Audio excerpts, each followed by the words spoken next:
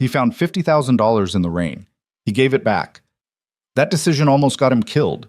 Ethan Carter had nothing left to lose. Or so he thought. One rainy night, a janitor's mop, a CEO's lost wallet, and a dead woman's secret collide in a storm that will shake a billion-dollar empire to its core. If you've ever been knocked down so many times you forgot what standing felt like, this story is for you. Drop your city in the comments so I can see how far this story travels. And don't forget to like if you stay until the end. The rain had been falling since 6 o'clock, and by midnight, it had turned into the kind of heavy, relentless downpour that made the whole city feel like it was being punished for something. Ethan Carter pushed his maintenance cart down the corridor of the Sterling Horizon underground parking structure, the wheels squeaking against the wet concrete with every step. The sound echoed off the walls in a way that always reminded him how empty this place got after hours. Just him, the hum of the fluorescent lights overhead, and the smell of exhaust that never fully cleared no matter how many times he mopped. He was tired. Not the kind of tired that a good night's sleep fixes. The kind that builds up over years. Unpaid bills, cold dinners eaten standing over the kitchen sink, a daughter who needed new shoes but asked for nothing because she was 7 years old and already understood more about their life than she should. Ethan pulled a rag from his belt and wiped down the side mirror of a black Mercedes. Executive row. The reserved spaces near the private elevator. He wasn't supposed to linger here longer than necessary. Management had made that clear during orientation 3 years ago. You clean, you move on. You don't touch anything that isn't yours. He never had. He crouched down to collect a crushed paper cup near the drain, and that's when he saw it. A wallet. Dark brown leather, thick, sitting half hidden in the shadow between the front tire of a silver Aston Martin and the painted curb. Someone had kicked it there without noticing, or dropped it getting out of the car in a hurry. Ethan picked it up. It was heavier than expected. He stood under one of the overhead lights and turned it over in his hands. No visible damage, quality stitching. The kind of wallet that cost more than his monthly rent. He opened it carefully, the way you open something that doesn't belong to you. There was a company ID card tucked behind a clear window panel. Isabella Vane, Chief Executive Officer, Sterling Horizon Corporation. He stared at the name for a moment. He'd never seen her in person. She rarely came to the building after hours. But everyone who worked at Sterling Horizon knew who Isabella Vane was. You couldn't work there for 3 years and not know. Her name was on the lobby wall. Her photo was in the annual report that got framed and hung near the security desk every January. He kept looking through the wallet. Not digging, just enough to find a contact number or something to indicate where it should go. What he found instead stopped him cold. Cash. A thick brick of it, bound with a paper band. He didn't count it right there, but it was enough that his brain registered the number before he even touched it. 50s and hundreds stacked tight. He set the wallet on the hood of the nearest car and carefully lifted the cash partition. Beneath it was a small black drive, no bigger than his thumb, with a strip of red tape across one end. And behind the drive, folded in half and tucked into the inner leather pocket, was a piece of paper. He unfolded it. 6 words printed in block letters. Pay or everything goes public. Ethan stood very still. The rain hammered the ceiling grate above the ramp entrance. One of the fluorescent lights down the corridor buzzed and flickered. His cart sat crooked against the wall 15 feet away, the mop handle leaning at an angle. He read the note again. Then he put everything back exactly as he'd found it, the drive, the cash, the note, and closed the wallet. He stood there for a long moment with the wallet in his hand, water dripping from the edge of his uniform sleeve. $50,000. He didn't count it. He didn't need to. He could feel it. He knew what it meant without doing the math. It meant the gap in his checking account that had kept him awake 4 nights last week. It meant his daughter Lily's inhaler prescription that he'd had to split across 2 separate payments last month because he couldn't cover it in one shot. It meant the letter sitting on his kitchen counter, the one from the property management company with the red final notice stamp across the top that he kept turning face down so Lily wouldn't ask about it. $50,000 was not just money to Ethan Carter. It was the answer to every question that had kept him up since the night his wife didn't come home. He thought about Rachel. He always thought about Rachel at the worst moments, because the worst moments were the ones she was supposed to help him survive. Ethan put the wallet in the front pocket of his maintenance cart, covered it with a folded microfiber cloth, and finished his shift. He got home at 2:47 in the morning. The apartment was quiet in the specific way it always was when Lily was asleep. a kind of stillness that was different from just silence, heavier and more careful, like the whole building was trying not to wake her up. He checked on her first thing, the way he always did. She was curled on her side with one arm hanging off the mattress, her hair fanned out across the pillow. Her breathing was steady. He stood in the doorway for a minute just watching her breathe. Then he went to the kitchen, sat down at the table, and put the wallet in front of him. He poured himself a glass of water. He didn't drink it. He stared at the wallet for a long time, turned the glass around in his hands. The refrigerator hummed. The upstairs neighbor's floor creaked once and then went quiet. He opened the wallet again, this time more deliberately. He counted the cash. $52,400. He sat with that number in the kitchen of a two-bedroom apartment where the hallway radiator had been broken since February, where the landlord hadn't responded to 3 repair requests, where Lily drew pictures on the backs of junk mail envelopes because art supplies were not in the budget. He thought about what $52,400 could do. He could clear the debt, pay the back rent, buy Lily the kind of backpack that didn't have a broken zipper, schedule the dental appointment he'd been postponing for himself since last spring, put something in savings, actually put something in savings, not just intend to and then watch it disappear into groceries and utilities before the month was over. He could breathe. He thought about the note. Pay or everything goes public. Someone was blackmailing Isabella Vane. Someone had planted this wallet, or gotten close enough to take it and slip the note inside. This wasn't a woman who carelessly lost her wallet. This was a setup, a warning. And the drive hidden inside it almost certainly held whatever leverage was being threatened. Ethan was holding the center of someone else's war. He thought about keeping the money and walking away. He thought about it the way you think about the thing you know you won't do but can't stop yourself from imagining, full and clear and honest in the privacy of your own head. He could take the cash and leave the drive and the note in a building mailbox. Anonymous. No trace. Who would even know? He would know. He put the cash back. He folded the note the same way he'd found it. He closed the wallet, set it on the counter next to his keys, and went to bed. He lay on his back in the dark for a while, staring at the ceiling, thinking that he was either a good man or a foolish one, and that sometimes those two things were impossible to tell apart. The next morning, Lily made him a drawing before school. She did this sometimes, left little pieces of paper on the kitchen table for him to find when he came out of the bedroom. This one was a picture of the two of them, drawn in orange crayon, standing in front of a house with a green yard and what looked like a dog. Though it might have been a cat, it was hard to tell with Lily's art. He picked it up and held it for a second. "Is that a dog?" he called toward the bathroom, where he could hear her brushing her teeth. "It's a horse," she called back, mouth full. "We can't afford a horse, Lily." "It's a pretend horse, Dad." He set the drawing down carefully and made her breakfast. Scrambled eggs, toast, half an orange because she'd decided last week that she liked oranges now, a development that had cost him an extra $4 at the grocery store, but that he had accepted without complaint. She came out in her school clothes, jeans, a purple shirt with a small stain on the sleeve that he'd scrubbed twice and still hadn't gotten out, and climbed onto her chair. "You look tired," she said. "I'm fine." "You always say that." "Because I'm always fine." She looked at him the way she sometimes did, with the kind of direct, unimpressed attention that she must have inherited from Rachel because Ethan had never been able to do it. "Your eyes look like you didn't sleep." "I slept." "How much?" "Enough." He put her plate in front of her. "Eat your eggs before they get cold." She ate. He stood by the counter and drank his coffee and watched her, and thought about the wallet sitting on the counter 3 feet away under a folded dish towel. After he dropped her at school, he drove to Sterling Horizon. He hadn't been to the executive floor before. Maintenance worked the lower levels and the parking structure. The upper floors were a different world. Marble in the lobby, glass partitions, the kind of quiet that came from money, not from emptiness. The woman at the reception desk on the 34th floor looked at him the way people sometimes looked at Ethan when he showed up somewhere he wasn't expected. Not rude exactly, just assessing. "I need to return something to Ms. Vane," he said. "Her wallet. I found it last night in the parking structure." The receptionist's expression shifted slightly. "I'll let her assistant know. You can leave it with me, and I'd like to give it to her directly." She studied him for a moment. "I'm afraid that's not—" "It's important," Ethan said. "The wallet? There's something inside it.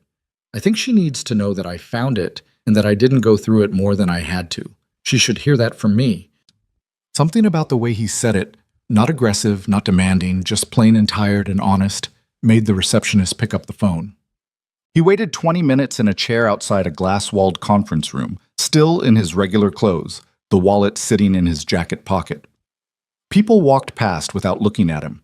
Someone rolled a rack of document boxes down the hall. A man in a suit talked quietly into his phone near the elevator bank, laughing at something. Then a door opened at the far end of the hallway. He heard it before he saw her, the quiet mechanical sound of a power wheelchair moving across hardwood floor. He stood up without thinking. Isabella Vane was not what he'd expected, though he couldn't have said exactly what he had expected. She was younger than he'd assumed from the lobby portrait, or maybe the portrait made her look more formal than she was. Dark hair pulled back, sharp eyes, a charcoal blazer over a white shirt. The wheelchair was sleek and clearly expensive, but that wasn't what you noticed first. What you noticed first was the way she looked at him, with a wariness that she made no effort to disguise. She stopped about 6 feet from him. "You're the maintenance worker who found my wallet." "Yes, ma'am. Ethan Carter. I work the B2 and B3 parking levels." "And you insisted on returning it personally."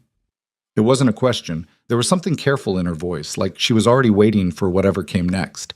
He reached into his jacket and held the wallet out toward her. "Everything's inside. I didn't take anything." She didn't move to take it immediately.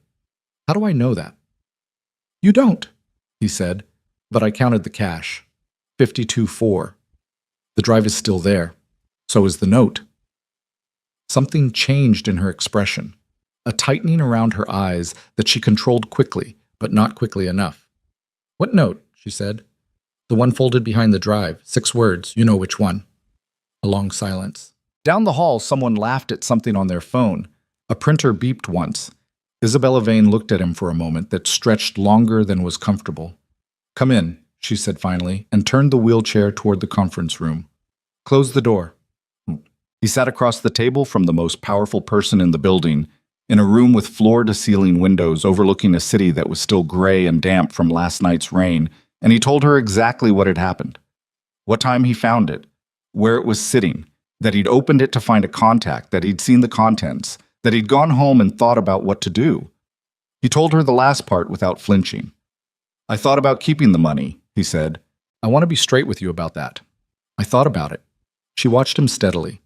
"But you didn't." "No." "Why not?" He looked at the table for a second. It was a long conference table, polished dark wood, the kind that reflected the ceiling lights back at you. "I've got a daughter. She's 7. Her mother died when she was 3. He looked back up. "I've been trying to raise her right, teach her that how you do things matters, not just what you get at the end." He paused.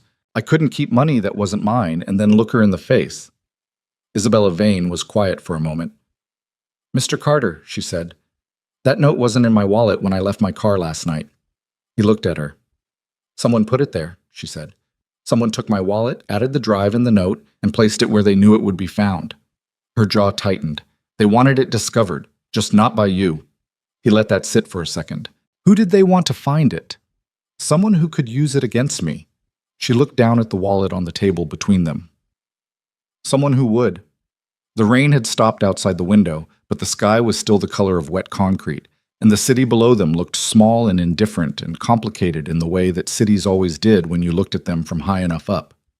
Ethan didn't know yet what any of this meant, didn't know whose war he'd walked into, or what the drive contained, or how far this thing reached. He was a maintenance worker who'd found something he wasn't supposed to find and done the only thing he knew how to do. But sitting in that room, looking at the woman across from him, the woman who had built an empire and been brought to this moment by someone who worked beside her, he had the particular and unsettling feeling that returning the wallet hadn't been the end of anything. It had been the beginning. Isabella didn't call security. That was the first thing Ethan noticed when he walked out of the conference room. No one came to escort him out, no one took his badge, no one treated him like a problem that needed to be managed. She simply told him she would be in touch, and the way she said it wasn't dismissive. It was the voice of someone who meant what they said and didn't feel the need to explain themselves further. He took the elevator back down to the maintenance level, changed out of his street clothes into his uniform, and spent the rest of the afternoon cleaning things. That was the thing about his job that nobody talked about. It gave you a lot of time to think.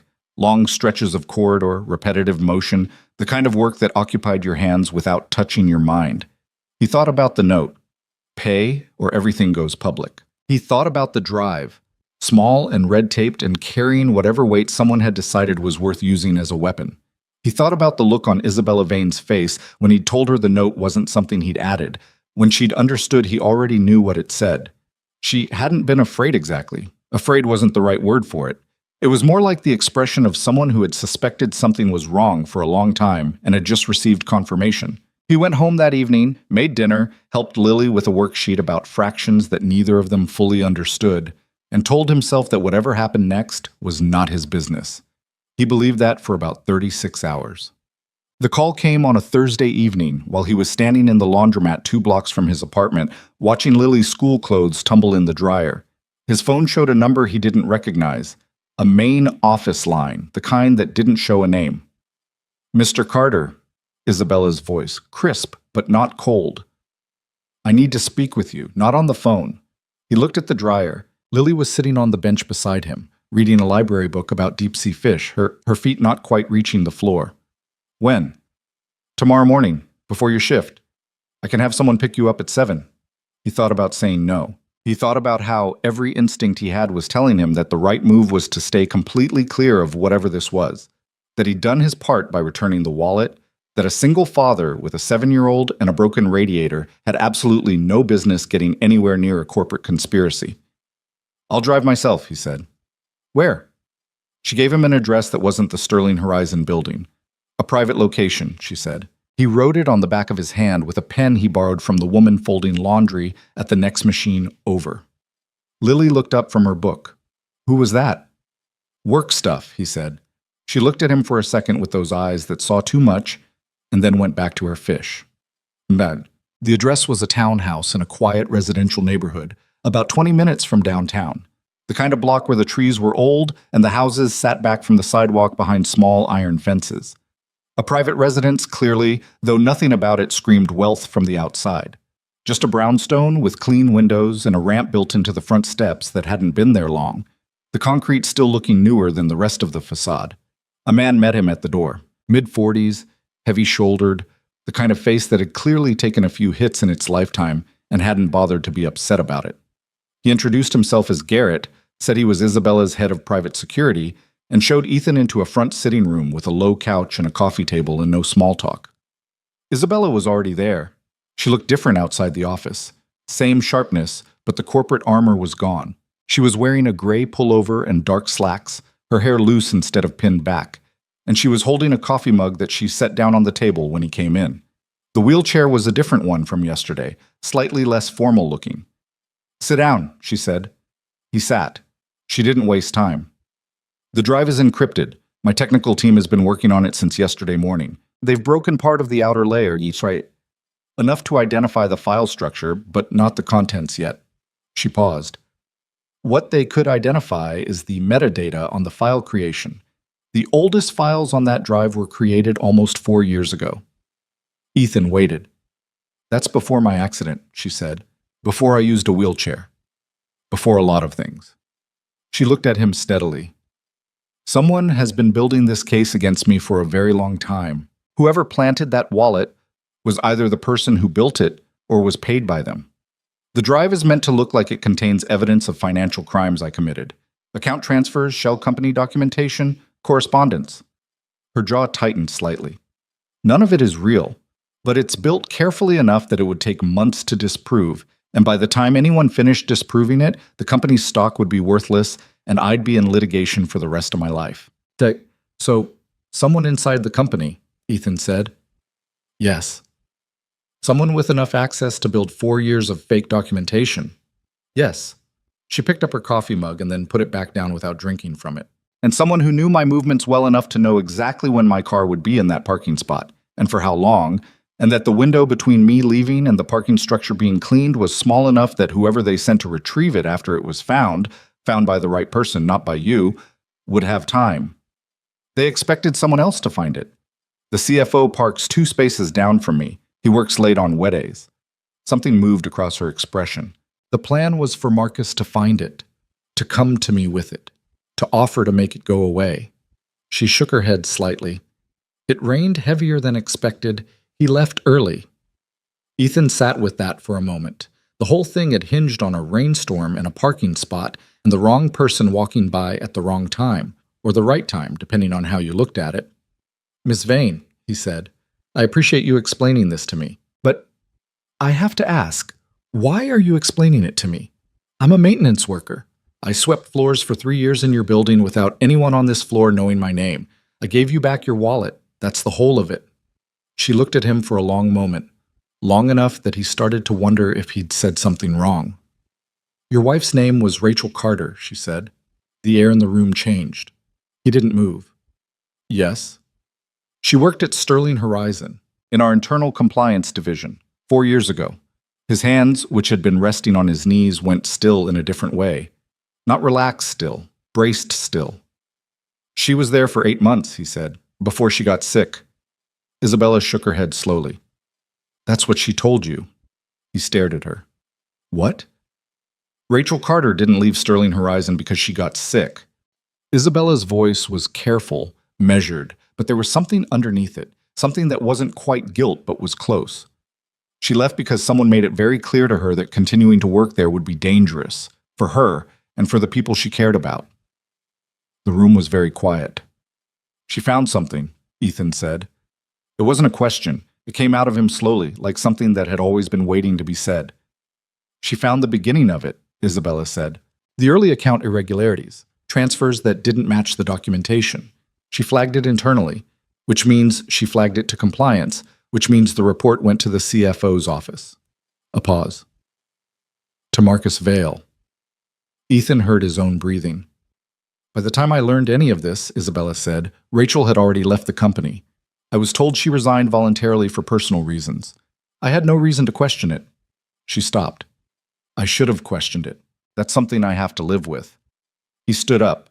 He didn't do it aggressively. He just needed to not be sitting down. He walked to the window and stood there with his back to her for a moment, looking out at the street. An older man was walking a small dog along the sidewalk. The dog kept stopping to sniff things. Normal morning. Completely normal morning. "She told me she got sick," he said. "She said she had to stop working because she was tired all the time and the doctors wanted to run tests." He turned around. "She was sick. She was actually sick, but she was already gone from the company by then." "Yes. Did someone—" He stopped, started again. "Did someone make her sick?" Isabella didn't answer immediately, and the pause was its own kind of answer. "We don't know. The investigation is still early. What we know is that she found evidence of large-scale fraud, reported it through internal channels that were controlled by the person committing the fraud, and within 3 weeks she was gone from the company, and within 6 months she was dead." Her voice didn't waver, but it was careful in the specific way of someone who understood the weight of what they were saying. "Whether those things are connected in the worst way you're imagining, I cannot tell you yet." He pressed the back of his hand against his mouth for a second. Just a second. Then he dropped it. "What do you need from me?" he said. "The drive." She leaned forward slightly. "My team has most of it, but there's an inner encryption layer they can't break. It's not a standard algorithm. It's customized, personal. The kind of thing someone builds from a combination of data that only they know." She paused. "Or that only someone close to them would know." He understood what she was asking before she finished. "You think Rachel built it?" he said.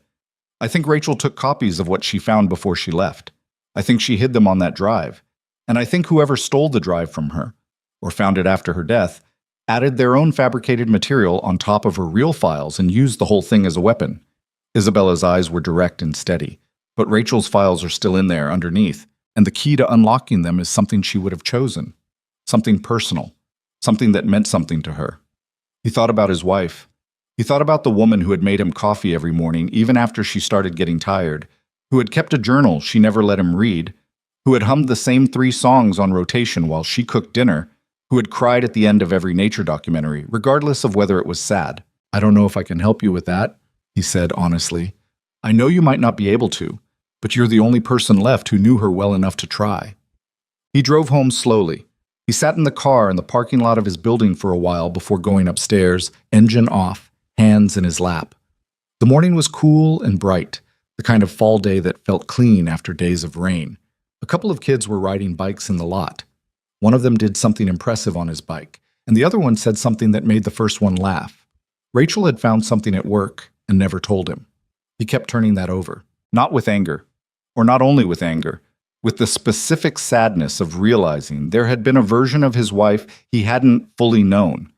A woman who had been scared enough to keep something that big to herself, who had decided to protect him from it, who had walked out of a job where she'd discovered serious crimes and come home and said she was tired and needed to rest, and smiled at Lily and made coffee in the mornings, and never once let him see that she was carrying something that heavy. He wondered if she'd been trying to protect him. He wondered if she'd been planning to tell him when she had more to show. He wondered if she'd been planning to tell him at all, or if she'd decided somewhere in the private part of herself that marriage didn't automatically give you access to, that this was hers to handle. He would never know which one it was. He went upstairs, made Lily's lunch, walked her to school, and came home to a quiet apartment and the drawing of the pretend horse still on the kitchen table. He sat down and tried to think about what Rachel would have used as a password. Not the obvious things. Not birthdays, not their anniversary, not Lily's name. Rachel was too careful for the obvious things. She was the person in their relationship who remembered to change the smoke detector batteries and read the terms of service on things, and backed up her phone. She was methodical in a way that Ethan had always admired because he was not. He tried to remember the things she'd cared about, the specific, private things. Not her public self, not the Rachel who laughed at parties and remembered everyone's names and brought food to neighbors when they were sick. The Rachel who existed in the small hours, who stayed up reading things that bothered her, who took notes in the margins of books with a very specific green pen she'd had since college and replaced with the exact same model 3 times because she didn't want a different one. He thought about a conversation they'd had, maybe a year before she died. She'd been sitting at the kitchen table late at night with a cup of tea gone cold beside her, looking at nothing in particular, and he'd asked her what she was thinking about, and she'd said, almost to herself, not really to him, "I keep thinking about how many things only exist because somebody decided not to look away." He hadn't known what she meant then. He thought he might know now. He called Isabella that afternoon. "I want to see the drive," he said. "Whatever your team has already accessed, and whatever's still locked. I want to look at the file names, the folder structures, anything that's visible without the decryption key." "I can arrange that," she said. "How soon?" "Tomorrow." A short pause. "Are you sure you want to do this, Mr. Carter?" He looked at the drawing on the table, the pretend horse, the orange crayon, the 2 small stick figures standing in front of a house with a green yard. "I've been not sure about things for 4 years," he said. "I'm done with that." So Garrett met him the next morning in the basement of the townhouse, which had been converted into something that looked less like a residence and more like a small operations center. 3 monitors on a folding table, a compact server unit humming in the corner, a woman in her 30s sitting in front of the screens who introduced herself as Priya and shook his hand without looking away from the monitors. "File tree's up," she said. "Outer layer's gone. The inner encryption is here." She pointed at the screen. A folder structure, grayed out, labeled only with numbers and dates. "Everything in the gray folders is locked. The white ones are the fabricated material. That's what Vale's people added. We've already documented those." Ethan leaned in and looked at the folder names. Most of them meant nothing to him. Strings of numbers, date formats, abbreviations that were probably internal Sterling Horizon codes. But toward the bottom of the tree there was a folder with a different naming format. It was labeled NLW-032. He stared at it. "That one," he said. Priya looked at him. "You recognize it?" "NLW." He said it slowly. Rachel had a thing she used to say. "Nobody looks away." She said it when she was frustrated about things being ignored, people not doing the right thing. He swallowed. It was kind of her personal. She didn't call it a motto. She just said it, a lot. Priya's hands were already moving over the keyboard. "And 32? He thought. 32. March 2nd. No, that wasn't right. Not a date. He thought about the green pen, about the books with the margin notes, about the night she'd been up late at the kitchen table. "She was 32 when she started working at Sterling Horizon," he said slowly. Priya typed. The screen sat still for a moment. Then the gray folder turned white. The room was very quiet. "It's open," Priya said, and her voice was different now, quieter, steadier. the voice of someone who understood that what they were looking at mattered. Inside the folder were files. Dozens of them. Spreadsheets, PDFs, scanned documents, a folder of photographs, a text file at the top of the list labeled simply, "Read first." Priya opened it. It was a letter, not addressed to anyone by name, addressed to whoever found it. The writing was organized and careful, the way Rachel did everything, but underneath the organization you could feel the urgency, the way someone writes when they're not sure how much time they have. Ethan read it standing up, leaning over the desk, and he did not make any sound. Rachel had found the fraud 8 months into her time at Sterling Horizon. Account transfers being rerouted through a series of subsidiary companies, siphoning money from client trust accounts in amounts small enough to avoid automatic flags, large enough that over 4 years the total had reached somewhere north of $90 million. She had documented everything she could access. She had tried to report it internally and been stonewalled. She had thought about going to the authorities and been warned. The letter was careful about the details of the warning, but the language was clear enough. She had been told, in terms she believed, that if she continued to push on this, people she loved would be hurt. So she had left. She had taken everything she'd copied and hidden it, and she had left. And she had come home to Ethan and Lily and said she was tired, and she had carried it alone for the rest of her life. If you're reading this, the letter ended, then I wasn't able to do this myself. Whoever you are, please finish it. Don't look away. Ethan straightened up. Garrett was standing in the doorway behind him. Priya had turned slightly in her chair, watching him without trying to look like she was watching him. "How complete is this?" Ethan asked. His voice came out level. He didn't know how. "Extensive," Priya said quietly. "This is, Mr. Carter, this is a complete evidentiary record. Account numbers, transfer logs, correspondence, timestamps. If this is authenticated, it's not something you can argue your way out of in court." "Can it be authenticated?" "Yes, the metadata is clean, the file origins are traceable." She paused. "This is real." He nodded once. He picked up his jacket from the chair where he'd left it. "I need to talk to Isabella," he said. She was upstairs in the sitting room, and when he came through the door, she read his face immediately, the way people who are good at reading rooms do. "You found it," she said. "Rachel found it," he said, 4 years ago. And then she protected everyone except herself. Isabella was quiet for a moment. Outside, through the front window, the street was going about its ordinary business.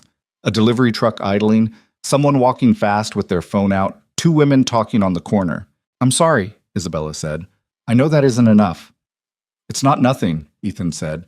He sat down. The couch made the same low sound it had made the first time he sat on it. "What do we do with it?" "We have to move carefully. Marcus still doesn't know the drive has been accessed. As far as he knows, his plan is still in motion." She turned her wheelchair slightly, the way he'd noticed she did when she was thinking. A small, unconscious movement, like some people tap their fingers. He thinks the wallet is still lost. He thinks either it was never found, or it was found and the money was taken and the drive was discarded. She looked at Ethan. "He doesn't know about you. So we have time." "Some. Not a lot." Her expression sharpened. "He'll start to get nervous when his retrieval contact doesn't check in. That gives us maybe 72 hours before he starts making moves to cover himself." Ethan looked at the window. The delivery truck had moved on. The 2 women on the corner had gone in opposite directions. He thought about Rachel sitting up late at the kitchen table, looking at nothing, carrying $90 million worth of someone else's crimes in her head while he slept 15 feet away. He thought about Lily drawing horses in orange crayon. "Then we don't waste the time," he said. Isabella looked at him for a moment. Then she nodded once, in the particular way of someone who has spent a long time being in charge of things and recognizes, occasionally, when someone else in the room is steady enough to be trusted.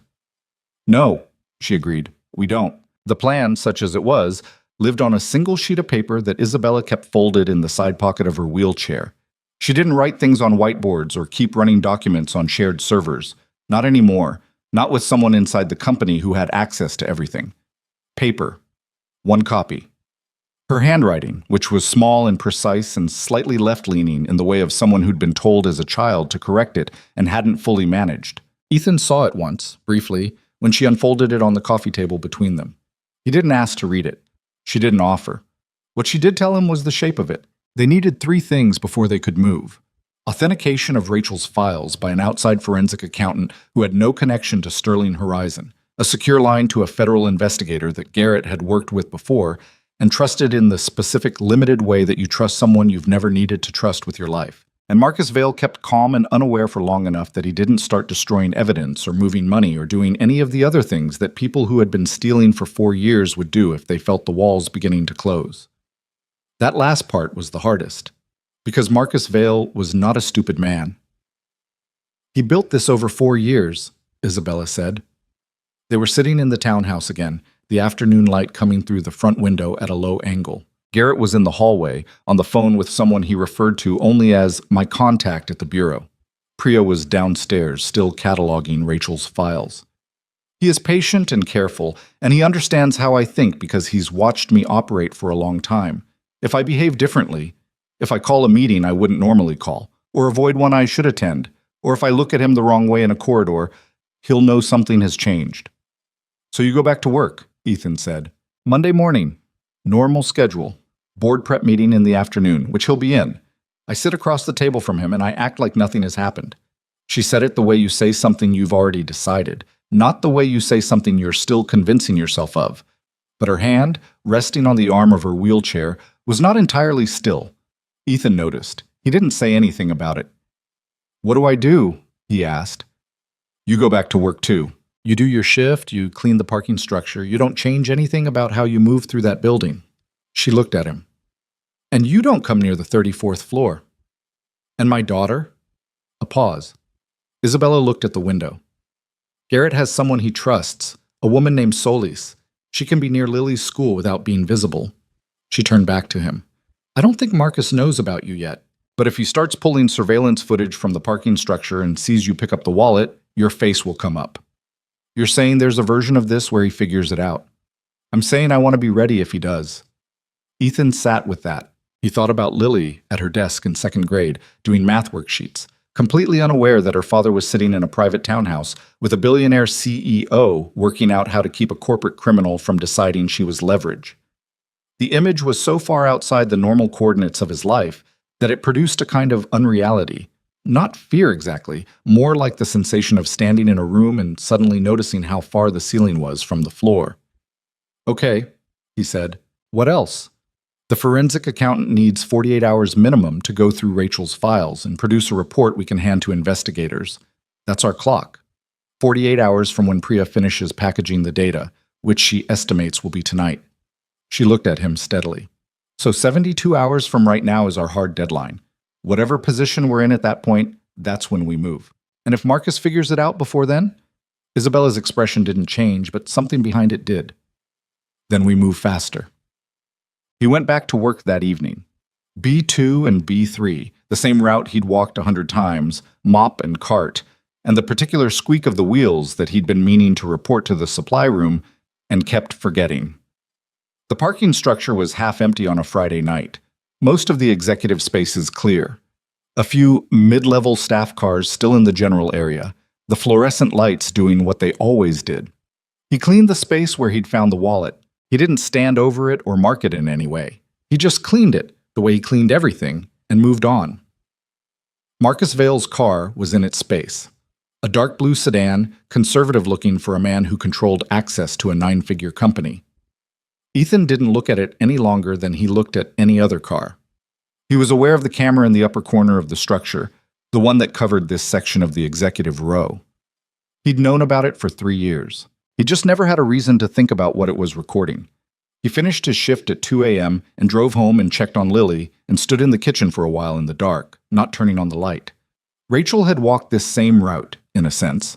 Not the parking structure, not the mop and cart, but the particular path of knowing something dangerous and trying to figure out what to do about it while everyone around you went about their ordinary lives. She'd sat at this kitchen table and done that. In this kitchen. And he hadn't known. He turned on the light, made tea he didn't drink, went to bed. Saturday passed in the specific agony of having to act normal when nothing was normal. He took Lily to the park in the morning. She wanted to try the climbing structure she'd been eyeing for weeks. A tall wooden frame with cargo nets and a rope bridge that swayed when you walked on it.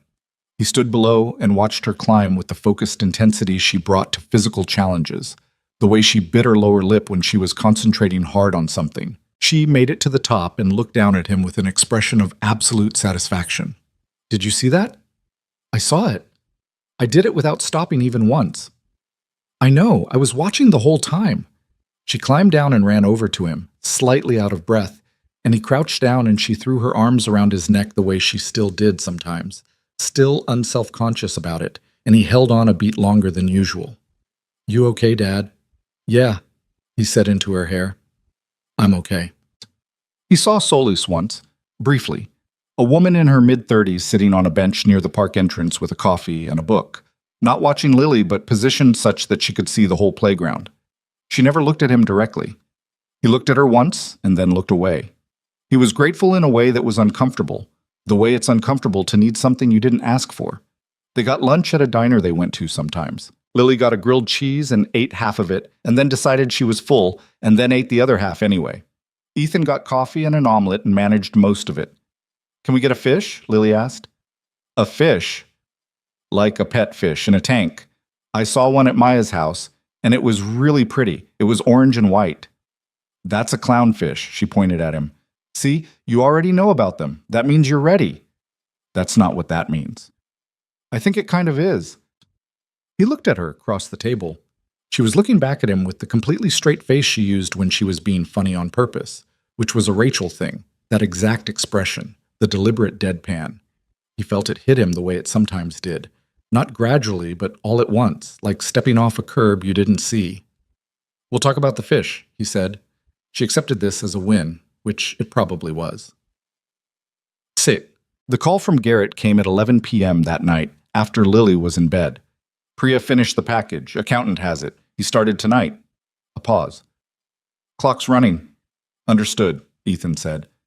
"There's something else." Garrett's voice shifted slightly. Not alarmed, but careful in a new way. "Vale's assistant booked a flight for Monday afternoon. Business class, open return. Destination is Geneva." Ethan was quiet for a moment. "He's running."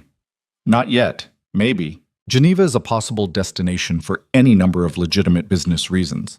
But the open return combined with the fact that he didn't tell Miss Vane's executive assistant about a planned international trip is notable. Does he know something? We don't know. Could be precautionary. Could be he's planning to move money before anything breaks. Could be a coincidence. Garrett didn't sound like he thought it was a coincidence. "Ms. Vane wanted you to know. She's moving the timeline up. She needs the accountant to have something preliminary by Sunday evening. Can he do that?" She's asking him to try. After he hung up, Ethan stood at the window in the dark. The street below was quiet. A cat crossed under a streetlight and disappeared between two parked cars. Somewhere down the block, a door closed. 48 hours had just become 36, maybe less. Sunday morning, Ethan dropped Lily at her friend Maya's house. Maya's mother, Donna, was one of those women who had a gift for making everyone around her feel like everything was fine, and Ethan was grateful for it in a way he couldn't express without explaining things he wasn't going to explain. He told Donna he had some things to sort out, work stuff, might be a long day. Donna told him Lily could stay for dinner if needed. He thanked her twice, which she noticed and didn't comment on. He drove to the townhouse. The operations room in the basement had expanded overnight.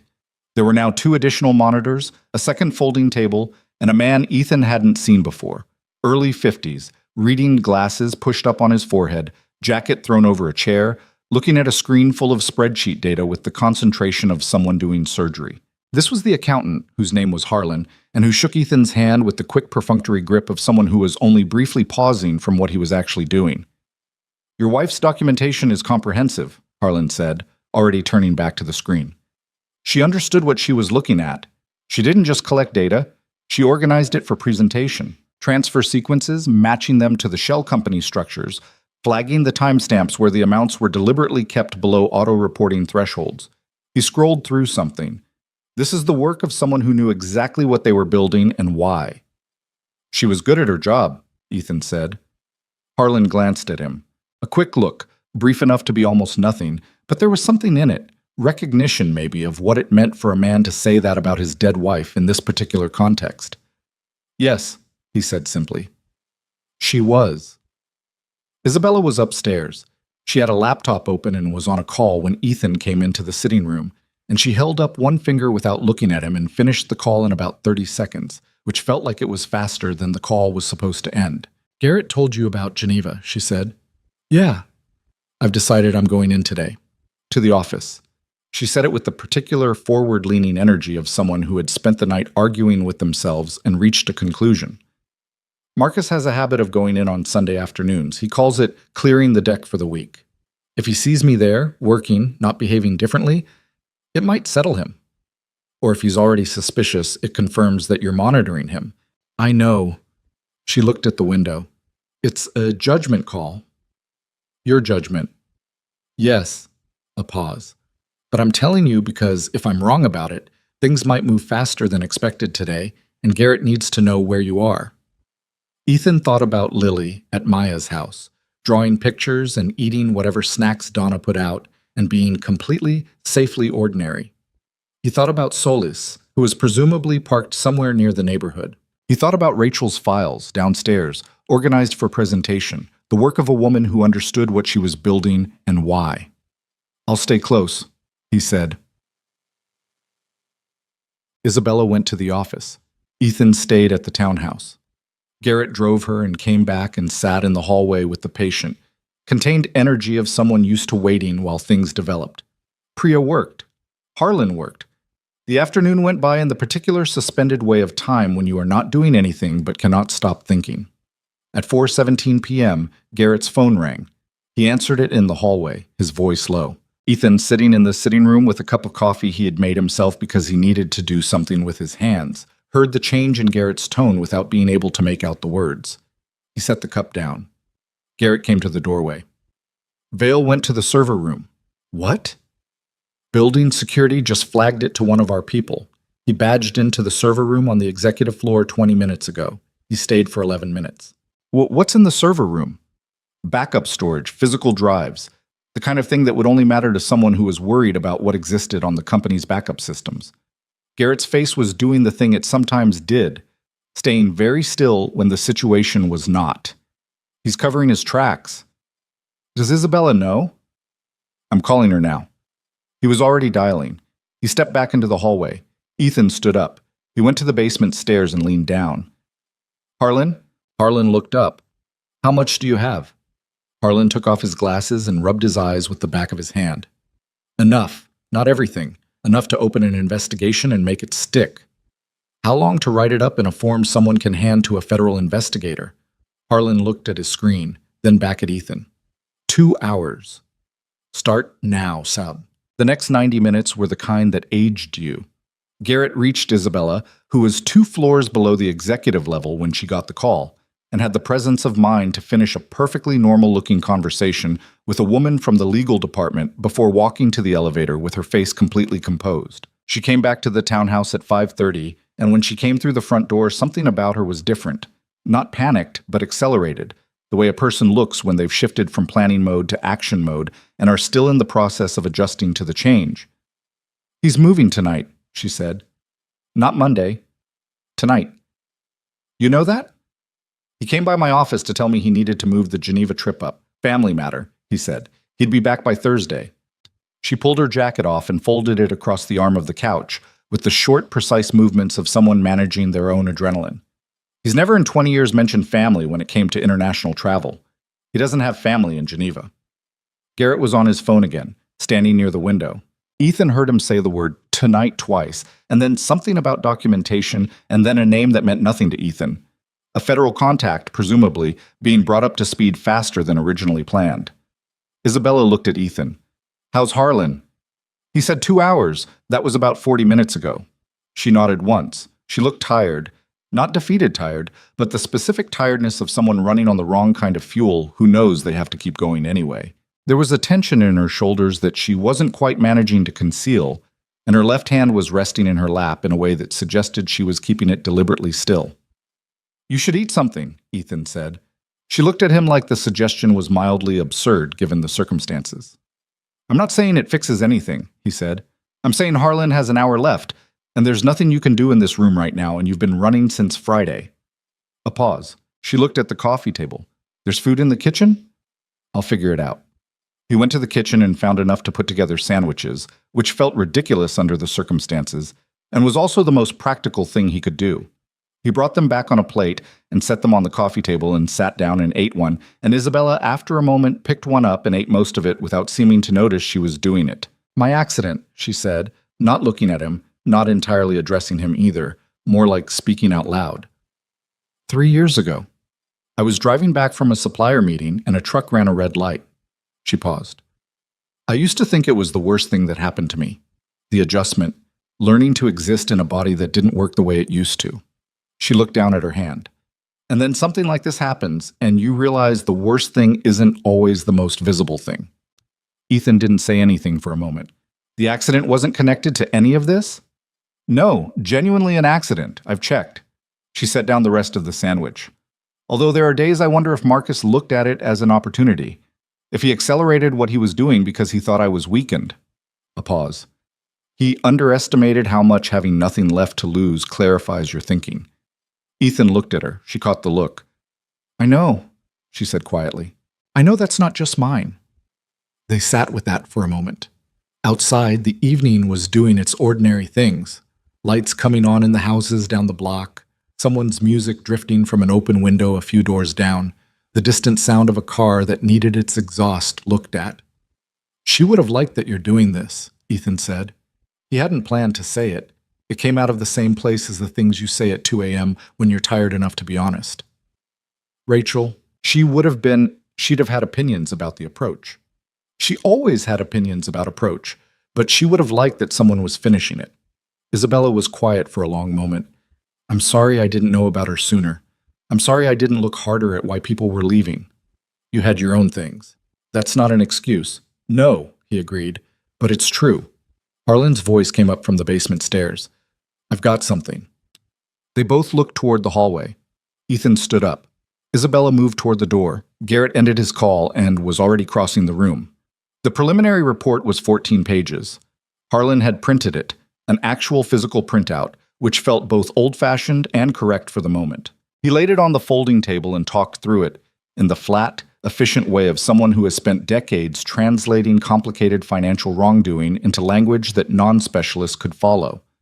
Account numbers, transfer sequences, amounts, dates, the shell company chain that moved the money across 3 jurisdictions, the correspondence that tied the authorization to Marcus Vale's access credentials, and at the end, the section drawn entirely from Rachel's files, the original documentation, time-stamped 4 years earlier, proving that the fraud had been known internally, reported internally, and suppressed. This is enough? Isabella asked. This is more than enough to open a federal investigation and secure an arrest warrant, Harlan said. Whether it's enough for a conviction is a question for prosecutors. But as a basis for stopping someone from boarding a flight to Geneva tonight? He looked at her over his reading glasses. Yes, this is enough. Garrett was already calling his contact, Bob. Marcus Vale's flight was scheduled for 9:45 p.m. At 7:30, 2 federal agents made contact with him in his apartment building lobby. Ethan didn't see this happen. Garrett got a confirmation call at 8:15, and he came to the sitting room doorway and said 2 words. He's detained. Isabella sat very still for a moment. Then she said, okay, and it came out different from how she'd been saying things all day. Quieter, more air in it, like something that had been held tightly for a long time had just been given permission to release. Ethan was sitting on the couch. He put his elbows on his knees and looked at the floor and thought about Rachel at 32, sitting at a desk somewhere on the upper floors of Sterling Horizon, looking at numbers that didn't add up, understanding what she was looking at, deciding not to look away. He didn't cry. He was too tired to cry, and also he was in someone else's house, and also there would be time for that later when he was alone and didn't have to hold himself together for anyone. But something shifted in his chest, a weight that hadn't moved in 4 years, locked in place by the specific grief of not knowing, of losing someone without understanding why, of raising a daughter alone and carrying the questions without ever getting close to the answers. He didn't have all the answers yet. He knew that. The investigation would take time. There were things still to learn, and some things maybe never to learn. But tonight, Marcus Vale was not on a plane to Geneva. Tonight, Rachel's files were in the hands of people who would use them the way she'd built them to be used. His phone buzzed, a text from Donna. Lily's asleep on our couch. She's fine. Take your time. He looked at the text for a moment. Then he typed back, "Thank you. I'll be there soon." He looked up. Isabella was watching him from across the room with an expression he couldn't fully name. Not pity, not sympathy exactly, something more like recognition. The specific recognition of one person who has been through something hard looking at another person still in the middle of it. "Go get your daughter," she said. He nodded. He stood up, picked up his jacket, and for a moment just stood there in the middle of that sitting room in a house that wasn't his, in the middle of a story that had started 4 years before he knew he was in it. "Thank you," he said. He meant it for several different things at once. "Thank Rachel," Isabella said. He put on his jacket and went out into the night air, which was cool and quiet and smelled like the city after a long day, and he drove to Donna's house and carried Lily to the car without waking her, her head heavy against his shoulder. And he drove home through streets that were dark and ordinary and completely unchanged, and he thought that tomorrow there would be more to deal with. Investigators, questions, the long, slow machinery of justice beginning to turn. But tonight his daughter was asleep in the back seat, and the man who had silenced his wife was not on a plane, and the thing Rachel had built so carefully in the dark was finally, at last, out in the light. The investigators arrived on Monday. Not dramatically. No convoy, no visible badges being flashed in the lobby. Nothing that would tip off the building's staff or shareholders or the financial press, which had a particular appetite for Sterling Horizon stories given the company's size and Isabella's profile. They came in 2 cars, 4 people, and went directly to a conference room on the 31st floor that Isabella had reserved under a routine internal meeting label. Ethan knew this because Garrett told him in a brief text at 7:52 a.m. while Ethan was standing in the school drop-off line with Lily, watching her climb out of the car with her backpack and walk toward the entrance without looking back, which was a new thing she'd started doing, not looking back. He wasn't sure if it was growth or if it was something else, but he watched her go through the doors and then pulled forward in the line and read the text and thought, okay, it's starting. He went to work. B2 and B3, the same route, the same cart, the same squeak. The building felt no different from the outside. Same marble lobby, same security desk, same cluster of people waiting for elevators at 8:30 in the morning with coffee cups and laptops, and the particular Monday morning energy of people who had not yet decided whether this week was going to be acceptable or not. Nobody on the maintenance level knew anything was happening. His supervisor, a man named Pete, who communicated almost exclusively in grunts and clipboard gestures, handed him his assignment sheet and moved on without a word. He cleaned the parking structure with the attentiveness of someone trying to stay in the present tense. It was harder than it sounded. At 10:15, he got a call from a number he recognized as the townhouse. It was Isabella, which surprised him. She was supposed to be in the building. "I need you to come up," she said. "The investigators want to speak with you." He stopped walking. "I'm on shift." "I know. Pete has already been told there's a scheduling conflict. He's not happy about it, but it's handled." A pause.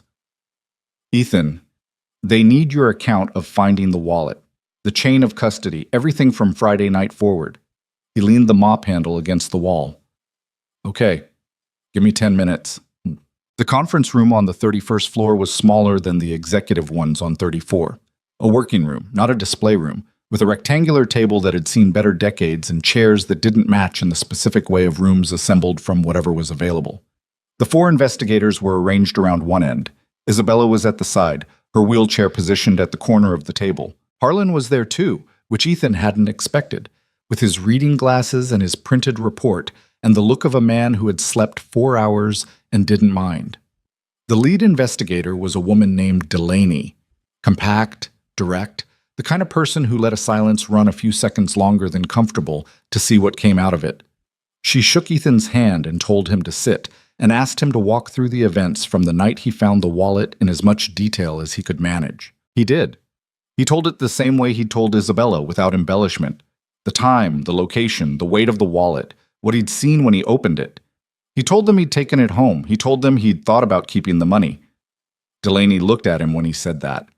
Not judgmentally, more like she was filing the information. "Why did you tell us that?" she asked. "Because it's true. Most people wouldn't include that detail."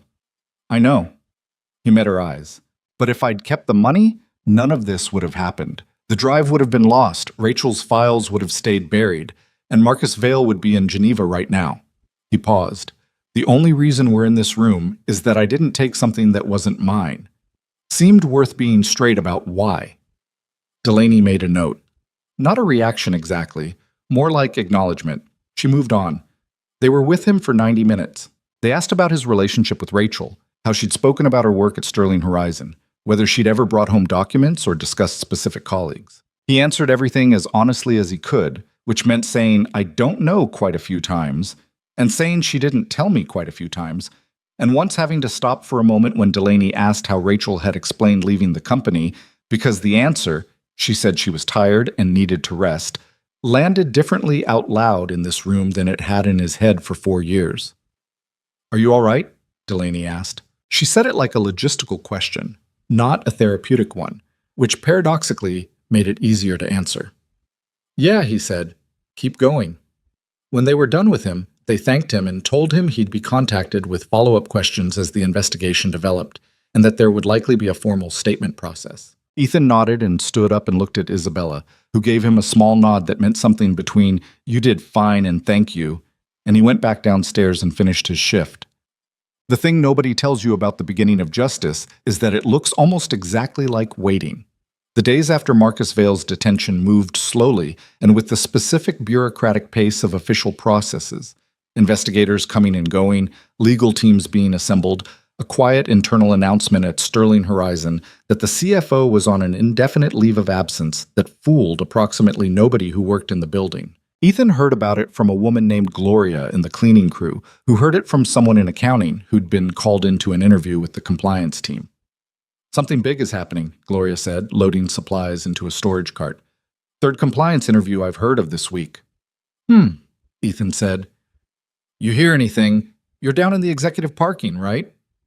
"I just cleaned the floors, Gloria." She gave him the look that people give when they think you know more than you're saying but can't prove it, and went back to loading her cart. He went home that evening and sat at the kitchen table and stared at the utility bill that had come in the mail, which was overdue, and thought about the particular indignity of having been part of something significant and still coming home to an overdue utility bill. The two things coexisted without resolving each other. That was just how it was. He paid what he could online and made dinner and helped Lily with a reading assignment and put her to bed and sat up for a while afterward, not doing anything in particular. He called his sister in Cleveland, which he didn't do nearly enough. "You sound weird," she said within about 90 seconds. "I'm fine." "You always say that. You sound like someone who's had a very strange week and isn't going to explain it." "Work stuff," he said. "Ethan." "I'm okay, Dana. Genuinely. I just wanted to talk." There was a pause. Dana was 4 years older than him and had known him his entire life and had a particular skill for detecting when he was being technically honest without being fully honest. "How's Lily?" "She climbed to the top of the big climbing structure at Waverly Park last weekend." "Oh, that thing is terrifying. I've seen pictures." She looked very proud of herself. "She's Rachel's daughter," Dana said, and the way she said it was fond and a little sad, the way people said things about Rachel now, always with that edge of past tense that 4 years hadn't smoothed out. "Yeah," Ethan said, "she is." He went to bed without feeling particularly better or worse, which he decided to count as neutral, and neutral was fine. The call that changed the pace of things came on a Thursday afternoon, 12 days after Marcus Vale's detention. It was Delaney. "Mr. Carter, we've completed the initial phase of the financial forensics, and we're moving to formal charges. The documentation from the drive, your wife's files, has been authenticated by 2 independent forensic accountants." A pause. "I wanted you to know before it went public." "When does it go public?" "Tomorrow morning. There'll be a press release from our office. Sterling Horizon's legal team is being notified this afternoon."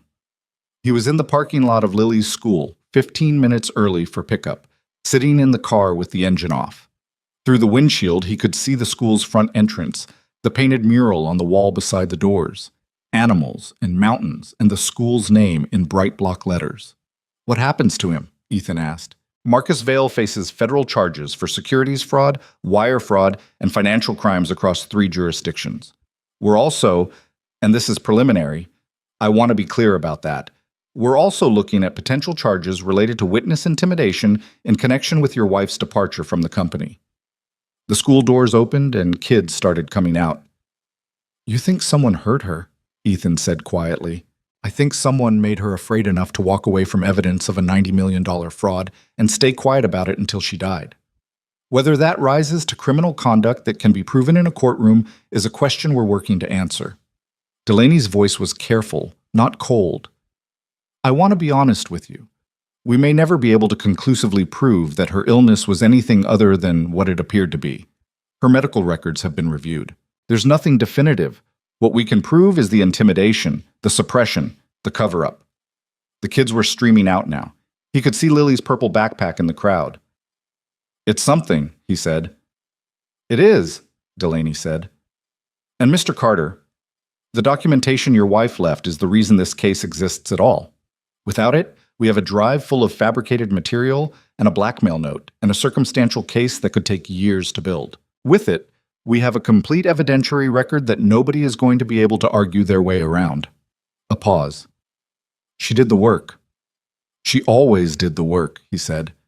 Lily spotted his car and changed direction. He raised his hand and she waved back with the whole-arm enthusiasm of a 7-year-old who has had a full day and is ready to be in proximity to someone she trusts. Thank you for calling, he said to Delaney. We'll be in touch about next steps. He hung up and got out of the car and crouched down as Lily reached him, and she barreled into him the way she did when she'd had a good day and had things to report. Madison brought a frog to school, she said into his shoulder. A real one, in a jar. Mrs. Peterson made her put it in her backpack, and then you could hear it jumping around inside, and it was really funny. What kind of frog? A green one. She pulled back and looked at him. Were you crying? No. Your eyes look like you were. I was just sitting in the sun. She studied him for a moment with the particular skepticism of someone who has heard this explanation before and does not find it fully convincing, but decided not to push it. Can we get ice cream? He stood up and took her hand. Yeah, he said. Let's get ice cream. Oh. The press release went out Friday morning, and the story moved fast. By noon, the financial news networks were running it.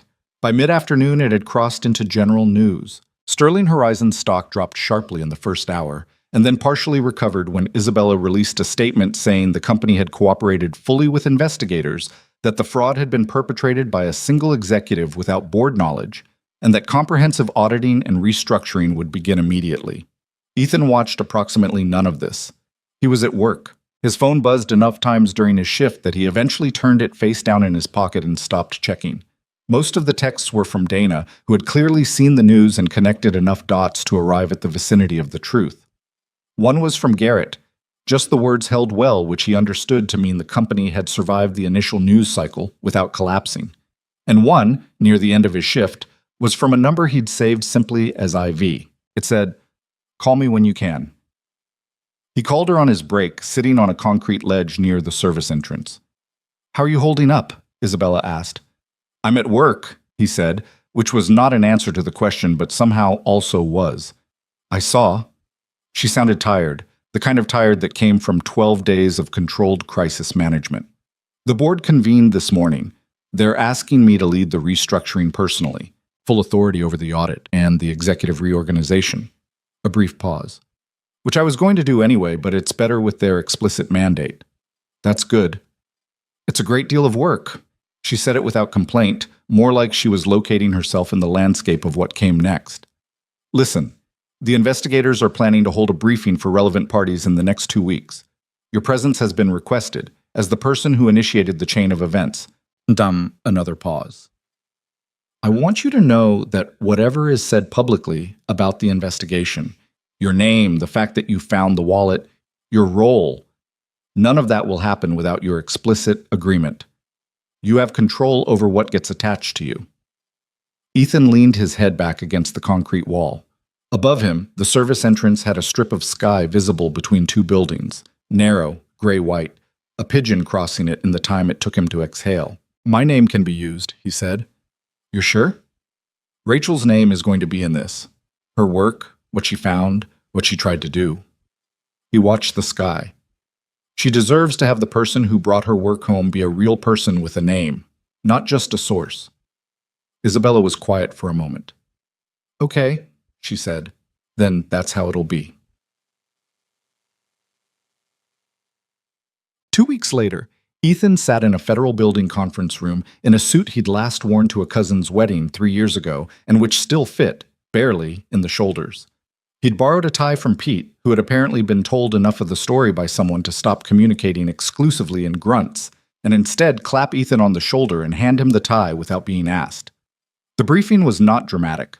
It was a room full of people in professional clothes being walked through a timeline by Delaney and two of her colleagues, with projected slides showing account structures and transfer sequences and the corporate hierarchy as it had existed under Marcus Vale's financial oversight. Ethan sat near the back, next to a lawyer Isabella had arranged for him, a woman named Cho, who had the efficient stillness of someone who is always the calmest person in any given room. Marcus Vale was not there. He was in custody, through his own legal team, fighting charges that Harlan had assessed as nearly airtight. At a certain point in the briefing, Delaney clicked to a slide that showed a timeline of the fraud's discovery, and the first entry on it read, "Internal report filed by R. Carter, Sterling Horizon Compliance Division." Below that, a series of entries documenting the suppression of Rachel's report, and at the bottom of the slide, the final entry, "Evidence recovered and authenticated. Investigation opened." It was the first time Ethan had seen his wife's work formally documented in this context. Not as a story, not as a file on a screen in a basement operations room, but as an official entry in an official timeline, in a federal briefing, in a room full of people whose job it was to make this matter. Cho, beside him, noticed something in his posture and placed a hand briefly on his forearm. She didn't say anything. She didn't need to. After the briefing, there was a period of informal conversation, people moving around the room with coffee cups and document folders. Ethan stood near the windows. Isabella found him there, maneuvering her wheelchair through the cluster of people with the practiced ease of someone who had long since stopped waiting for gaps to appear and had learned to make them. "How are you doing?" she asked. "Still getting used to the suit," he said. She looked at him for a moment. "I mean it." He considered the question. Across the room, Delaney was talking to two people from Isabella's legal team. Through the window, the city was doing its afternoon business, unconcerned. "I don't know yet," he said honestly. "I think there's a version of this where I feel better eventually. I'm not there yet." "That's a reasonable place to be." "It doesn't feel reasonable. It feels incomplete." He looked at her.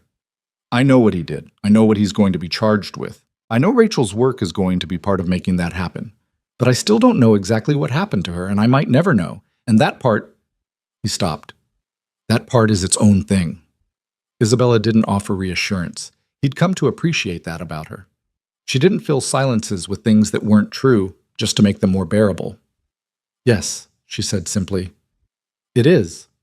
They stood together by the window for a moment, the noise of the room continuing around them. "I want to ask you something," Isabella said, "and I want you to say no if the answer is no, without feeling any obligation in either direction." He looked at her. "When this is further along, the restructuring, the audit, the rebuilding of the compliance division, I want to create a new role. Director of Internal Integrity. It's a new position, doesn't exist yet. It would oversee the compliance reporting system, make sure what happened to Rachel's report can never happen again." She held his gaze. "I want someone in that role who understands what it costs when the system fails. Not a career bureaucrat, someone who has been on the wrong end of it." Ethan was quiet. "I'm not qualified for that," he said. "You have a degree in finance that you stopped using when your wife got sick and you needed to take work that paid immediately," she said. "Garrett looked you up. I asked him to after the second day." She paused. "You're qualified. You've just been doing something else." He looked down at the tie he'd borrowed from Pete. The pattern was small blue diamonds on a navy background, and it was slightly too long, but he'd tucked the end into his shirt. "I'd need to think about it," he said. "Take your time. The role doesn't need to be filled tomorrow." She turned her wheelchair slightly, that small thinking movement he'd come to recognize. "I'm not offering it because you returned the wallet. I want to be clear about that. I'm offering it because you read a blackmail note and a pile of cash in an empty parking garage, and the first thing you did was decide it wasn't yours to keep. That's not a small thing. That's character. And it's not something I can train into a person." He looked at her for a long moment. "I'll think about it," he said again, but it came out differently the second time. But he picked Lily up from school that afternoon, still in the suit, which she found extremely funny. "Why are you dressed like that?" she said, climbing into the car. "I had a meeting." You look like a dad at a school play. I am a dad. You know what I mean. She buckled herself in and looked at him with the appraising eye of someone who has opinions about fashion and is not yet old enough to moderate them. The tie is too long. I know. Whose tie is it? Pete's. Who's Pete? My supervisor. She considered this. Why does Pete have a tie? That's a question I didn't ask Pete. She accepted this and looked out the window. They drove for a while in the comfortable silence that existed between them on good days. Not empty silence, but the kind that meant neither of them needed to fill it. Dad? She said, after a few minutes. Yeah. At school today, we had to write about someone we think is brave. She was looking out the window, not at him. For language arts, Mrs. Peterson said it could be anyone, real or made up. What did you write about? A pause. Mom. He kept his eyes on the road, checked the mirror. The light ahead was green.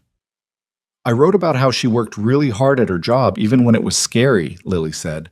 I don't know a lot of details because I was little, but you've told me stuff, and I know she was smart, and I know she kept going even when things were hard.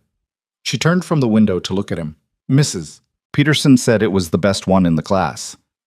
I believe that, Ethan said. He believed it completely. That evening, after Lily was in bed, he went to the kitchen drawer where he kept things he didn't know what to do with. Batteries that might still have charge, takeout menus, a screwdriver that belonged with the tools but kept migrating, and he took out the small notebook that had been in there since a few months after Rachel died. It was hers. One of her journals, the smaller ones she used for work notes, not the personal writing ones. He'd found it in the pocket of a jacket she'd left hanging by the door, and he'd put it in the drawer, meaning to look at it when he was ready, and then never been ready. He sat down at the kitchen table and opened it. Most of it was work notes, meeting references, account numbers, the shorthand of someone thinking fast on paper. Her handwriting, small and slightly left-leaning, the same as always. He turned pages slowly, not reading everything, just moving through it. Near the back, on a page by itself, she'd written something that wasn't a work note. If I can get it out of the building and somewhere safe, there'll be a record. Someone will find it eventually. Things that are real don't disappear. They just wait. Below that, she'd drawn a small arrow, and below the arrow, NLW. He sat with the notebook open in front of him for a long time. Outside, the city made its nighttime sounds. The radiator in the hallway ticked once and went quiet. Somewhere, a few floors up, the upstairs neighbor walked from one room to another and then stopped. He closed the notebook gently and held it in both hands. Things that are real don't disappear. They just wait. She had known somehow. Not that he would find it, not that things would unfold the specific way they had, but that if she built it carefully and hid it well and held on to the belief that truth had a kind of gravity, eventually it would pull something into motion. Eventually someone would not look away. He thought about the wallet in the rain, the weight of it in his hand, $52,400, and a drive the size of his thumb, and 6 words on a folded piece of paper, and a man pushing a maintenance cart who was tired enough to have every reason in the world to walk past all of it. He hadn't walked past it. He put the notebook back in the drawer, not because he was done with it, but because he needed to put it somewhere, and the drawer was where it had lived, and some things you don't change all at once. He turned off the kitchen light and went to check on Lily one more time, the way he always did. She was asleep, one arm off the mattress, breathing steady. He stood in the doorway for a while, watching her breathe, thinking about finance degrees that had been set aside in positions that didn't exist yet, and files that had waited 4 years in the dark to matter. Tomorrow he'd call Isabella. Tonight, he let his daughter sleep. He called Isabella the next morning, standing in the kitchen before Lily was awake, the early light coming through the window at the low, flat angle that meant autumn was giving way to something colder. "I'll take the position," he said, when she picked up. A brief pause. Not surprised, but measured. "You're sure?" "I thought about it most of the night." He poured coffee and leaned against the counter. "I kept waiting to talk myself out of it, waiting to find the reason it was a bad idea." "Did you find one?" "I found several. I'm not qualified enough. I haven't worked in finance in 6 years. I've spent 3 years cleaning parking structures, and I don't know how to exist in a corporate environment without a mop." He drank his coffee. "None of them were the real reason I'd say no." "What's the real reason you'd say no?" "Fear," he said plainly, "which isn't a good enough reason." Isabella was quiet for a moment. Outside his kitchen window, a sparrow landed on the fire escape railing and sat there looking at something in the middle distance. We'll build the role around what the company actually needs, not around a job description someone wrote in an afternoon, she said. You'll have resources, a team, authority over the compliance reporting chain. You'll also have a learning curve that I expect will be steep and frustrating, and you'll have to ask for help more than feels comfortable. That's already more honest than most job offers. I don't have the patience for the other kind. He could hear something shift slightly in her voice. Not warmth exactly, more like the particular frankness of someone who has decided to be real with you. There's something else I want to say about the offer. Okay? Part of me knows that giving you this position is the closest thing I can do to repaying a debt that can't actually be repaid. To you and to Rachel. A pause. I want you to know that I know that. I'm not pretending this is purely transactional or that I'm above wanting to do right by both of you, but it's also genuinely true that you're the right person for this role. I need you to believe both things can be true at the same time. He looked out at the sparrow, which was still on the fire escape, apparently in no hurry.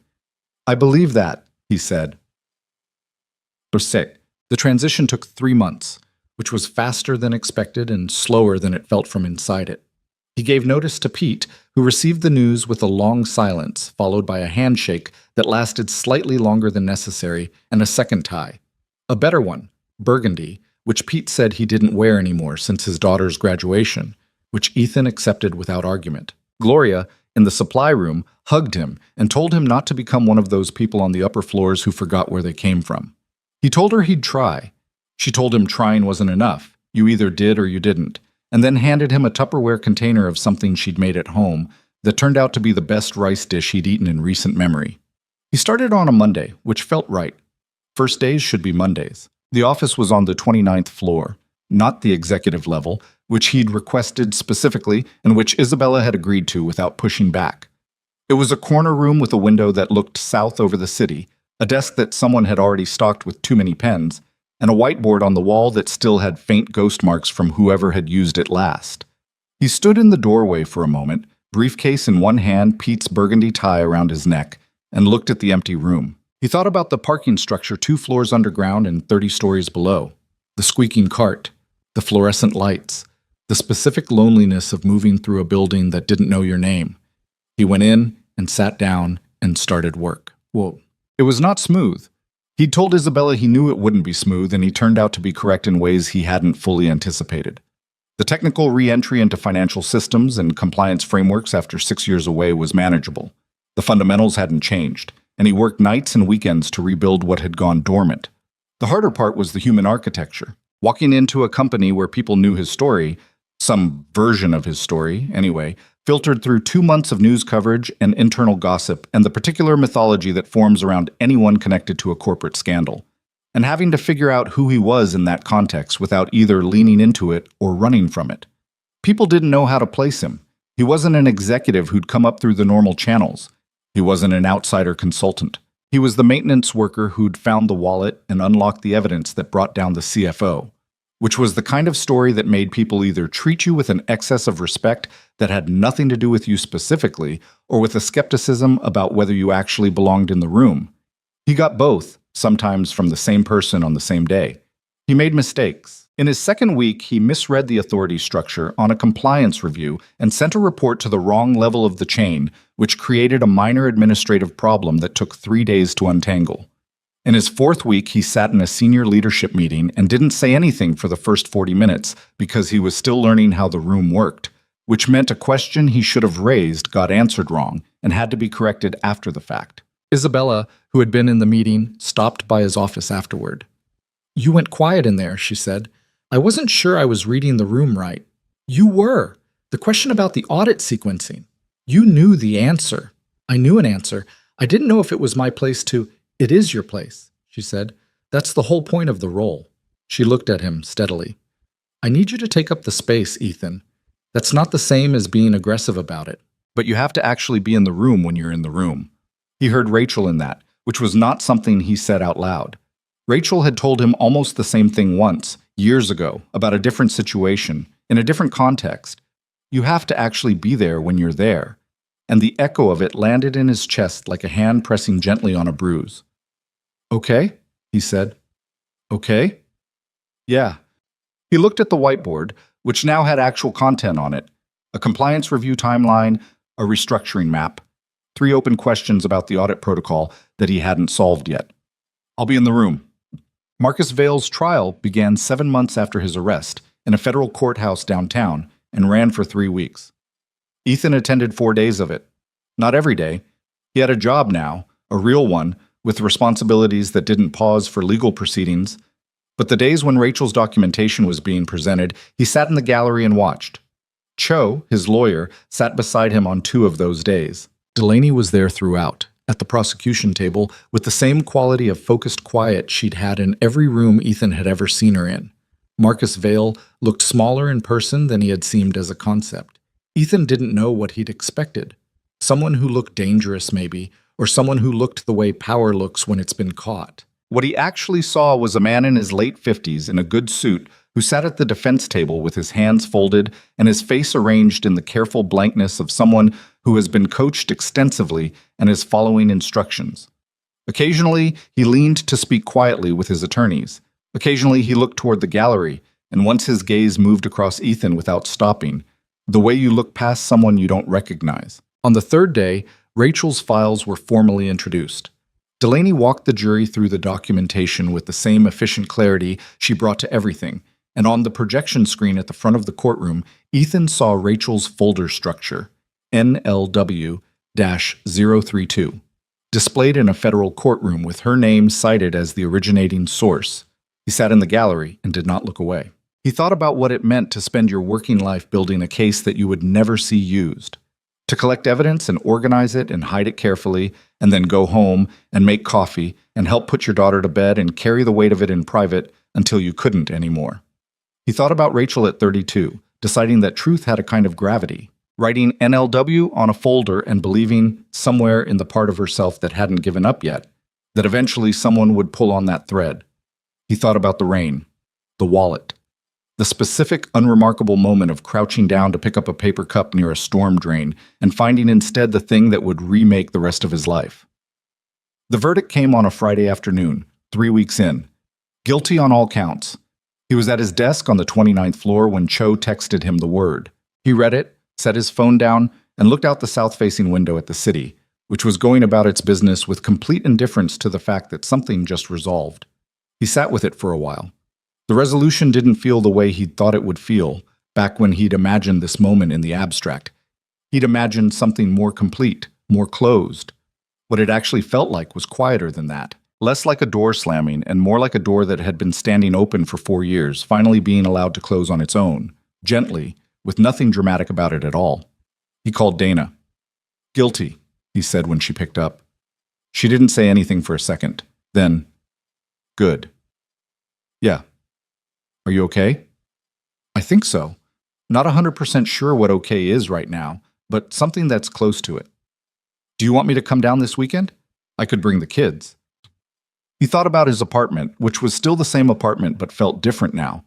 He'd fixed the radiator, finally, and bought Lily a small bookshelf for her room that she'd immediately filled to beyond capacity. "Yeah," he said. "Come down. Lily wants to show you the climbing structure." "I'm terrified of that thing." "She'll make you do it anyway." Dana laughed, and the laugh sounded like family, which was something Ethan hadn't let himself lean on enough, and which he decided, sitting at the desk in his new office with the guilty verdict 12 minutes old and the city going about its business outside the window, to change. The other thing that changed was harder to name and took longer to notice. It didn't announce itself. It didn't happen at a specific moment he could point to later and say, "There, that's when things shifted." It was more like the way a room gradually gets lighter as morning comes. Not a switch being thrown, but an accumulation of small increments that eventually add up to something you can see clearly. He and Isabella had developed the specific kind of relationship that forms between people who have been through something high stakes together and survived it, and now have to figure out what they are to each other in ordinary time. They worked together closely, which meant he was in her presence several times a week in meetings, reviews, planning sessions. They talked about the company a lot. They also talked about other things, not often, and not in ways that either of them would have described as personal exactly, but in the margins of professional conversations, the way people do when they've already established that they can say real things to each other. She told him one afternoon in late spring, when they were both still in her office after a long review meeting and the building had gone quiet around them, that she'd started physical therapy again. Different from before, more aggressive, targeting the injury differently. She said it without drama, almost like a logistical update, but she was looking out the window when she said it in the way of someone who is saying something that costs more than it sounds. "How's it going?" he asked. "Harder than I expected," which is saying something because I expected it to be hard. She turned from the window. There's a possibility the therapist is careful about how she phrases it, a possibility that some of the nerve damage is less permanent than the initial prognosis suggested. If the new approach works. She paused. She says I shouldn't build expectations around it. Are you building expectations around it? A small, dry sound that was close to a laugh. I'm trying not to. That's not the same as not doing it. I know. She looked at him. I'm discovering that trying not to hope for something and actually not hoping for it are completely different skills. Yeah, he said. I know something about that. She looked at him for a moment, and in the look was the acknowledgement of what he'd meant. The 4 years of not knowing, of grieving without resolution, of carrying questions that might never have answers. And neither of them said anything else about it, because sometimes the point of a thing is just that both people understand it has been said. That was how it started, really. Not with anything dramatic. With an afternoon and an honest conversation, and two people who had figured out, slowly and imperfectly, that being real with each other was something they were both capable of, and both, it turned out, in need of. In September, almost a year after a rainy night and a wallet and a decision that cost him $52,000 he didn't have, Ethan and Lily moved. Not far, 15 minutes from the old apartment, same school district, so Lily didn't have to change schools, which had been a non-negotiable. But a house this time, rented, with a yard that was not large but was real, and had a fence and grass that actually grew. Lily had conducted an extensive inspection of the yard on their first visit and declared it adequate, which from Lily was high praise. Moving day was a Saturday in early fall, the kind of day that couldn't decide if it was still summer or had committed to being autumn, and was compromising by being both at once, warm in the sun, cool in the shade. Dana had driven down with her husband and their 2 kids, and the whole operation was loud and inefficient in the specific way of family helping with a move, which is to say there was a lot of carrying things to wrong rooms and strong opinions about box placement, and someone's kid sitting inside an empty box for 20 minutes instead of helping. Lily directed traffic. "That box goes in my room," she told Dana's husband, who had picked up the wrong one. "Which one's your room?" "The one with the window that has the tree outside. I called it." "How does a 7-year-old call a room?" "I'm 8, Lily said, with the magnificent scorn of someone correcting an error that should never have been made. Ethan stood in the front yard in the afternoon sun, watching his family move through the front door with boxes and furniture, and thought about the drawing still folded in his wallet, the one Lily had made of the 2 of them in front of a house with a green yard and a pretend horse. He'd carried it there since the morning she left it on the kitchen table. He'd put it in his wallet the day he found the wallet in the parking structure, some superstition or an impulse he hadn't examined too closely, and it had been there through everything that came after. He took it out now and unfolded it carefully. Orange crayon, slightly faded, 2 stick figures, a house, the horse that might have been a cat. The yard they were standing in had grass that was more yellow-green than the drawing's bright orange version, and the house was a rental with a porch railing that needed painting, and there was no horse, pretend or otherwise. But the essential shape of it was right. The 2 of them, a house, somewhere, that was theirs. He folded the drawing back up and put it back in his wallet. Isabella came to help that afternoon, which had not been the plan, and which surprised him. She appeared at 2 p.m., in the kind of casual clothes he'd only seen her in at the townhouse, with a casserole dish she'd apparently made herself, which he didn't know she cooked, and Garrett trailing behind her carrying a second dish with the expression of a man who has driven many things to many places and has long since stopped asking questions. Lily spotted her from across the yard. "You're the lady from Dad's work," she said. "I am," Isabella said. "He talks about you sometimes." "Does he?" She glanced at Ethan. "Only work stuff," he said. "He said you're smart," Lily said, "and that you don't waste words." She examined Isabella with the frank assessment of a child who has not yet learned that staring is impolite. "What's wrong with your legs?" Lily, "It's all right," Isabella said. She looked at Lily directly, the way she looked at everything, without flinching. I was in an accident. My legs don't work the way they used to. That's why I use this chair. Lily thought about this. Does it hurt? Sometimes? Less than it used to. Okay. Lily accepted this with the clean pragmatism of a child who asks questions to get information rather than to make a point. Do you want to see my room? I called the one with the tree window. I heard, Isabella said. I'd like that. Lily led the way inside and Isabella followed, and Ethan stood in the yard watching them go and thought that this was not a shape he could have predicted a year ago. Not this specific configuration of people, not this house, not any of it. He went inside to help with the rest of the boxes. That evening, after Dana and her family had driven back and Lily had fallen asleep on a mattress on the floor of her new room because the bed frame still needed assembling, and Garrett had long since gone, Ethan and Isabella sat on the front porch with 2 cups of coffee going cold between them and the neighborhood settling into its nighttime quiet around them. She's extraordinary, Isabella said. She meant Lily. She's a handful, Ethan said. But, yeah. She asked me 4 questions while she was showing me her room. Each one was more direct than the last.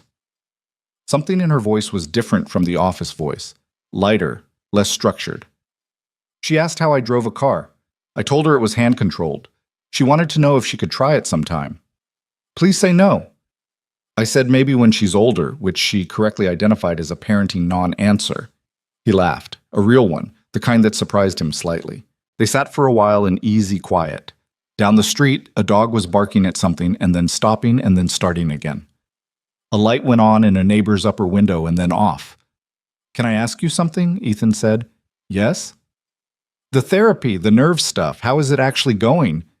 A pause. Not evasion. Consideration. Better than last month, she said. I have sensation in my left foot that I didn't have in January. She said it carefully, like she was keeping something fragile level. My therapist says we don't use the word progress loosely, but she also smiled when she said it, which she doesn't usually do. That's good. It might be nothing. It might be the beginning of something. She looked out at the street. I've decided I'm allowed to notice it without making it the only thing I'm thinking about. That feels like the correct amount of hope for a person in my situation. He nodded. Then, I think Rachel would have liked you. It came out simply, without calculation. Just a true thing that had been true for a while and was ready to be said. Isabella was quiet for a moment. When she spoke, her voice was even but different in a way he'd learned to recognize. The slightly slowed cadence of someone managing something genuine. What makes you say that? You don't pretend things are fine when they're not. You don't explain yourself more than you have to. And you finish what you start even when it costs you. He looked at his coffee cup. She was like that. I'm not sure I deserve that comparison. You unlocked her files. You used what she built. You made sure her name was in the record. He looked up. She built something and hoped someone would use it. And you did. I think that would have mattered to her. Isabella looked at the street for a long moment. It matters to me, she said quietly. They sat on the porch until the coffee was cold, and the neighborhood was fully dark, and the only sounds were the ordinary sounds of people living their ordinary lives inside lighted houses, and neither of them was in any particular hurry to go inside. This was not a perfect story. Ethan knew that. Rachel was still gone, and no verdict in a courtroom changed that, and there would still be mornings when he woke up and reached toward the empty side of the bed in the half-second before he was fully conscious. Lily would grow up with a version of her mother built from photographs and other people's memories, and the drawing on the back of junk mail, and a folder on a drive labeled NLW-032, which she would understand more fully when she was older, and even then it would never be the same as having her. The radiator in the new house worked fine, but there would be other things that didn't, other bills, other problems, other nights of sitting at a kitchen table wondering if he was doing it right. He was a man who had made the honest choice on a rainy night, not because he was extraordinary, but because he could not find a way to live with himself if he didn't. And everything that followed had been a consequence of that. Good and hard and complicated and ongoing, the way real things are. But here was what he also knew. Rachel had not been forgotten. She had been the kind of person who built something in the dark and trusted that truth had gravity. And she'd been right. And the thing she built had mattered. And her name was in the official record of a federal case and would remain there.